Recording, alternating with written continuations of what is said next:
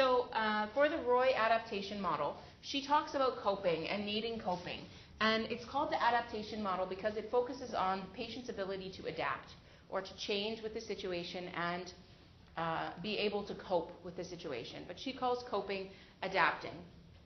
So she says that we have some sort of stimulus, some sort of problem that causes us a problem in our life. And this problem could be related to the physiological process, so it could be related to our body. So it could be that you broke your leg, right? Something physical. It could be that you have a tumor. It could be that you have diabetes. Any sort of physiological process. It could be related to your self-identity. So it could be related to the fact that you're becoming a new mother and you don't know how to be a mother. So about maternal role attainment, right? It could be about the fact that you've moved and you feel depressed and alone and you have no social support. So about your own self-concept, who you are, if you feel good about yourself, if you feel bad about yourself, and who you are within your own roles. It could be a stimulus negatively affecting your role function. So I'm a mother, for example. Maybe something happens where I'm not able to be a good mother to my daughter for some reason. Maybe I get really sick and I can't get out of bed for 2 weeks.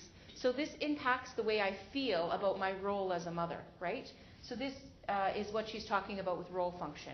But my personal roles as a mother, as a wife, as a sister, as a friend, but also in my work too, right?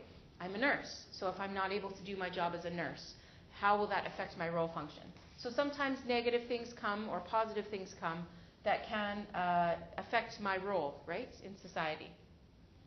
And sometimes things come that might affect our interdependence, so our relationships with other people. So maybe I find out my father has cancer, and this affects my relationship with my mother, right? This would be interdependence, my relationships with other people.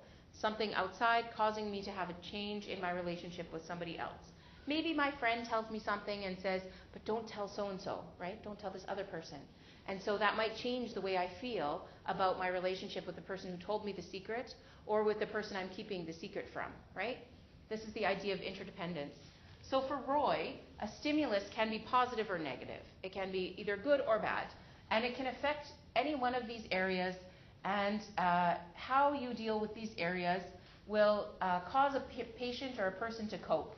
So you have your own ability to cope with difficult situations from your learned processes, but also this is where nursing would happen. We would provide strategies for coping with whether it's a broken leg, a physiological thing, or whether it's depression or a lack of understanding of who you are, or whether it's you're struggling to deal with your role in society or your role as a sister or something, and how to cope with dealing with changes in your role in society. Or maybe you're having a lot of conflict and interdependence between different people. And so we might provide people with strategies, right, or counseling or things like that to help them deal with different people in their lives and how to cope with them. So patients will do this themselves, but we will also assist, right, in coping strategies for our patients. And then once patients are able to cope, they will either positively change their behavior and have improvement in their overall adaptation or health, but adapting is the way that she defines it, or they will not be able to cope and they will have negative consequences, lack of adaptation in their coping. So this is what Roy defines her model as. It's much more concrete, right, than Jean Watson.